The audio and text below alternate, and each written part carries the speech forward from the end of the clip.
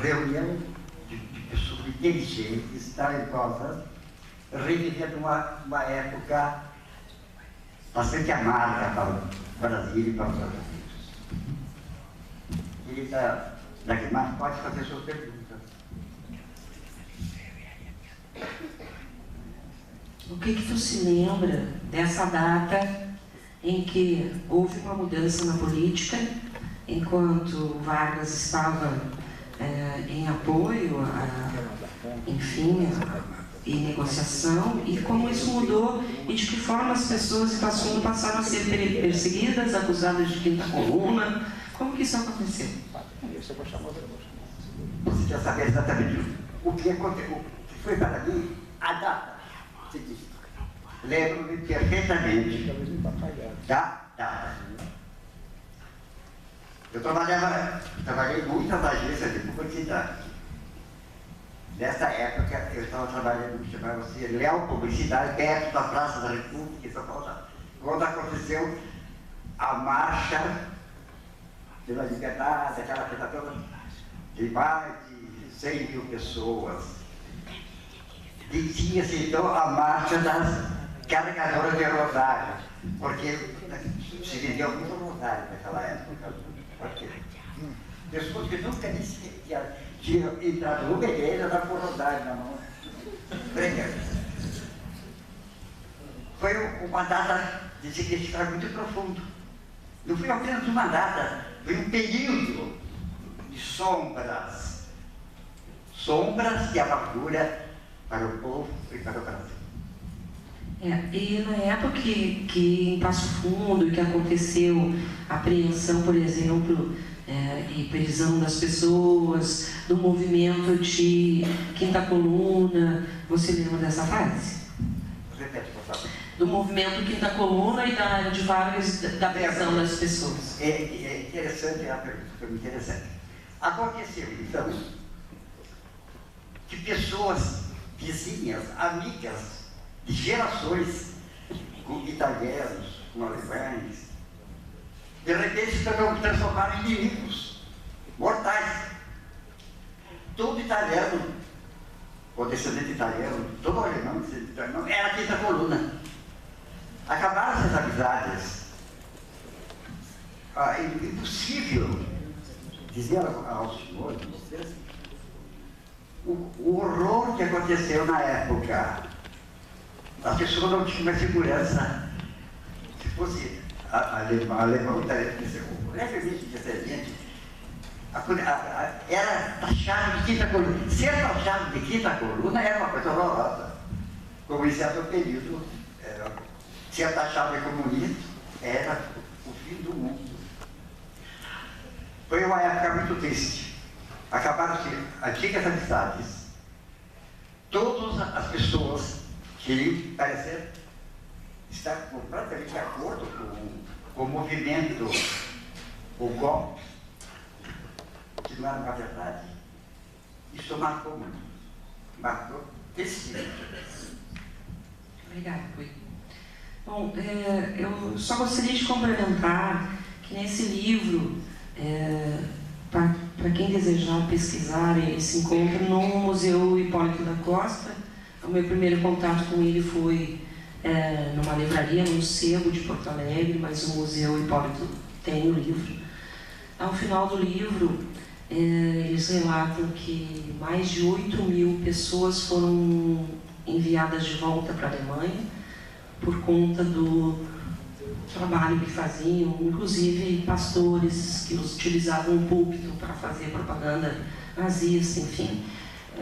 Uma das coisas que vocês vão ver que a gente resgata na exposição é de que forma o Vargas foi o primeiro a se utilizar de um meio de comunicação que atingiu o país inteiro, que era o rádio, né?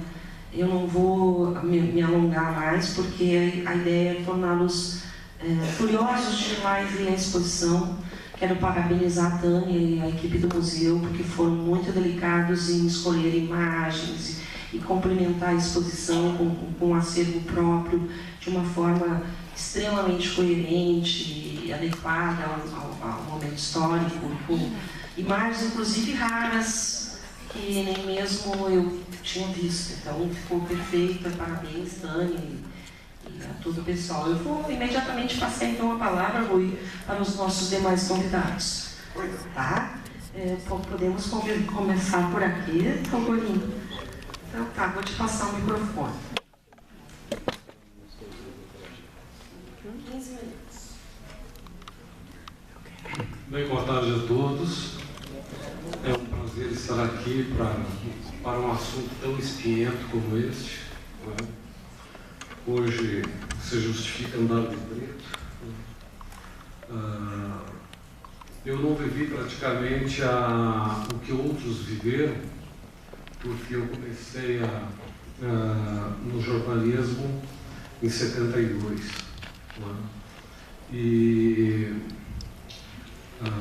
junto com outros jovens, eu tinha 16 anos, e junto com outros jovens nós resolvemos montar um jornal.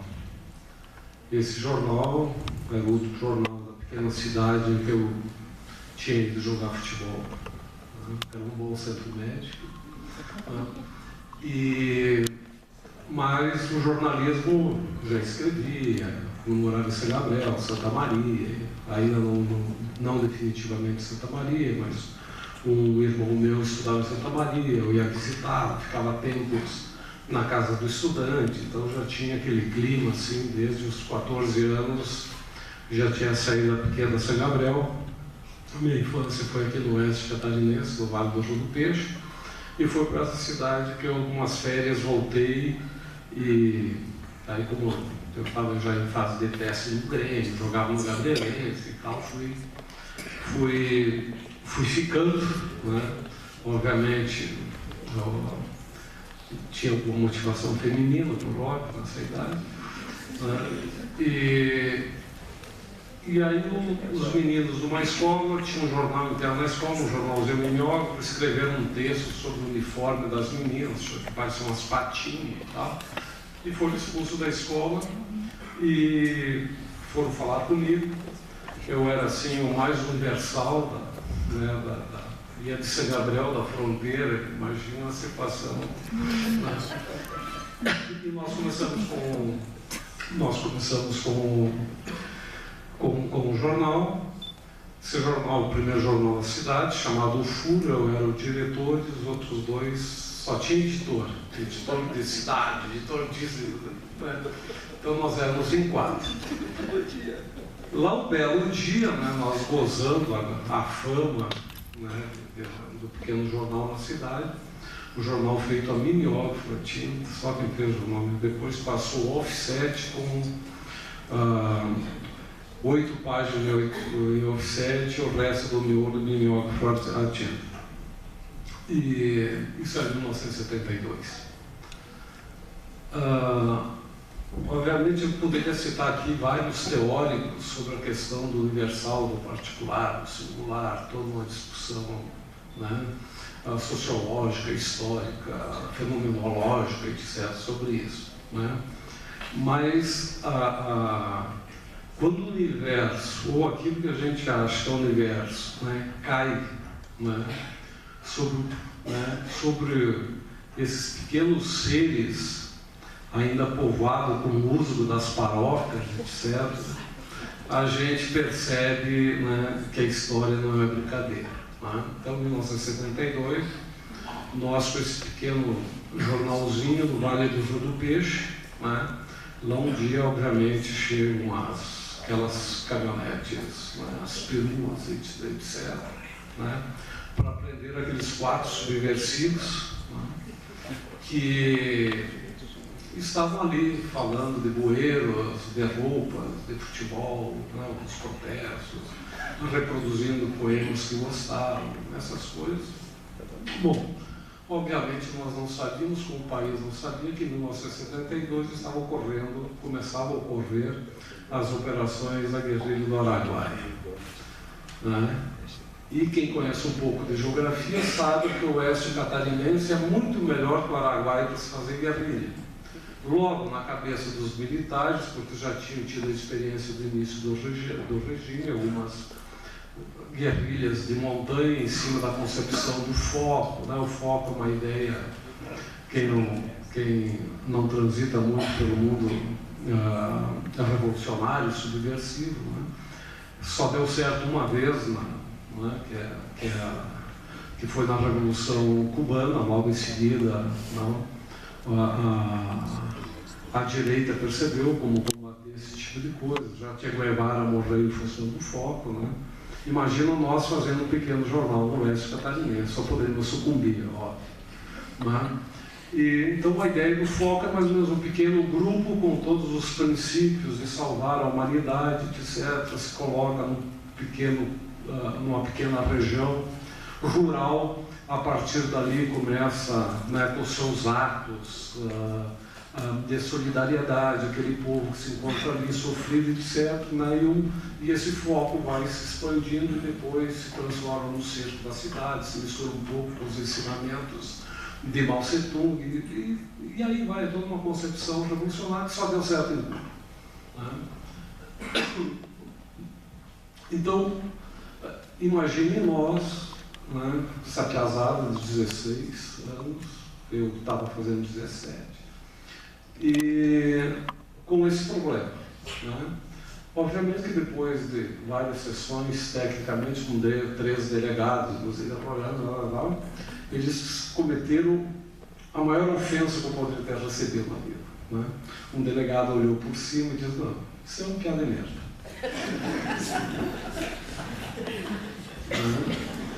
Bom, eu fui estudar. Porque tudo que um piá queria que fosse levado a sério, ainda mais quando está afirmando sua identidade com 16 anos. Bom,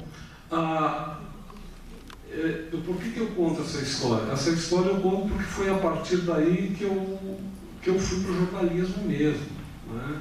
Eu fui para o jornalismo, aí eu sofri um acidente fazendo a minha primeira matéria para o Correio do Povo. A primeira matéria que eu vendi, que era o trem Romeiro, né? Que era um trem que vinha lá do Paraná para a Romaria da Nossa Senhora da Salete, e os colonos e não colonos faziam promessa e não interessava se tinha lugar ou não no trem, eles iam subindo e tal.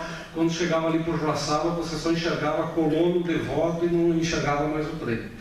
Né? Eu, meu tino, eu digo, não, isso aí dá uma bela boa matéria. Né? Liguei pro Gastal no Correio do Povo e ele disse, ótimo, mas eu pensei que eles iam mandar uma equipe fazer a matéria. Né? Ele disse, tu tem fotógrafo? Aí tem, era uma menina de 15 anos que fazia as fotos. Né? Então tá contratado, faça a matéria. Né? Bom, nós subimos, né, para pegar o trem na metade do caminho, né? E acredito que seja pela minha dedicação de devoto, ali eu nunca sei se é Volta Redonda, é Volta Grande, a primeira cidadezinha que tem por lá de lá. O trem, a chave, até hoje não apareceu lá, né, mas deve ter sido um espírito, mudou a chave do trem, o trem mudou de trilho, pegou um cargueiro da Sadia pela frente e morreram 8 pessoas onde eu estava, fora os. Né? Bom, com isso fui me tratar em Santa Maria e veio a minha história e a militância aí já conhecendo os caras barra pesada, todas as organizações e tal, mas eu sempre no campo das artes, do jornalismo e trabalhando nesse setor. Né? Comecei por aquilo que quem trabalha com comunicação deve começar, que é a editoria de polícia. Ali é que está a sociologia mesmo. Né? Quem quer conhecer o mundo vai fazer. Né? E era comum, nas delegacias, não só os policiais espancarem, né? Era comum os comunicadores participarem dos porões, né? Como convidados, como uma coisa natural. Né? Existia toda uma confraria, né, de autoproteção, uma aceitação. Bom, o que eu introduzo essa pequena história para chegar numa coisa que eu estou mais do que convencido.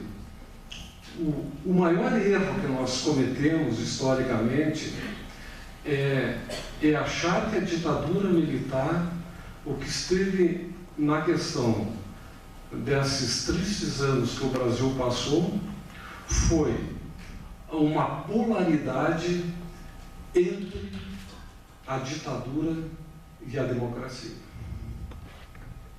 Esse é o problema sério que nós enfrentamos, né?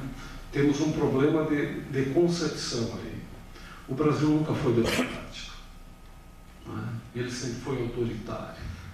Se nós pegarmos colônia e império, nós tínhamos o senhor, nós tínhamos o escravo e o povo liberto.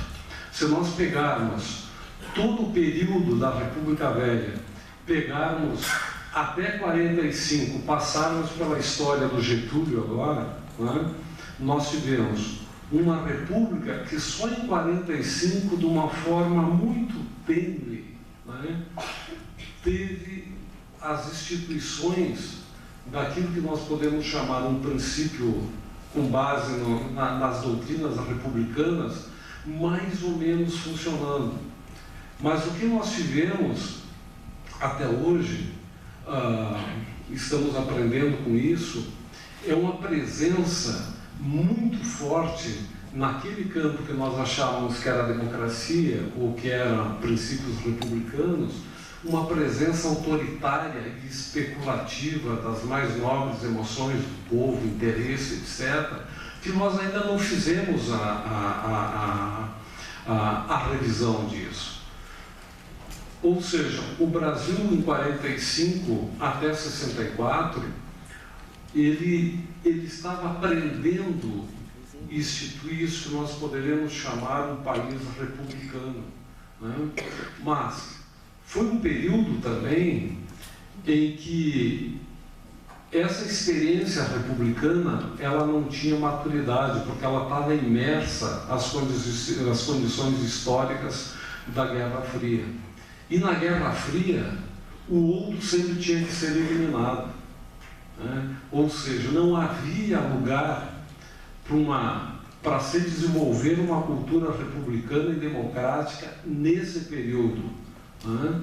Por quê? Porque os famosos partidos tradicionais sempre especularam, né? O populismo sempre especulou. E o populismo sempre foi uma forma ideológica de organização partidária que não tinha respostas nem organizativas, né? E muito menos para responder às demandas sociais históricas do atraso que o Brasil sofria por não ter experiência democrática, né? Então, quando essas tensões chegam com um sujeito como Jânio, né, quando o partido representado no seu presidente pelo Jânio está no poder, essa efervescência, não devemos esquecer que além de não ter experiência democrática, nós vimos com o efeito da Revolução Cubana, muito recente. E o efeito da Revolução Cubana acirrou a Guerra Fria. A Guerra Fria era o seguinte: você estava no campo do comunismo, estava no campo da burguesia, do capitalismo, né? E as grandes experiências, né? As ideias, a necessidade dos espaços, a noção de sociedade civil, o espaço do público, essa cultura ela era ausente, né? Então, o Brasil sempre foi um país autoritário na política, autoritário nas relações, xenófobo, machista, etc. E tal. Tudo é decorrente da nossa história autoritária e da nossa história das experiências de ditadura, né? O nosso período republicano é risível, né? Como experiência republicana. O nosso período republicano ele é vexatório do ponto de vista das relações democráticas, das noções do público, né? Nós ainda achamos que o público assim, é tipo a casa da mãe Joana, que qualquer um, né? A escola pública, então, qualquer um, né? Não, o público é um ente em si, né? É um ente laico, né? É um ente que é um lugar daquilo que é comum a todos, né? Nós ainda achamos que no Brasil sequer nós temos clareza sobre o que é o público, porque essa cultura nós não temos. Entende?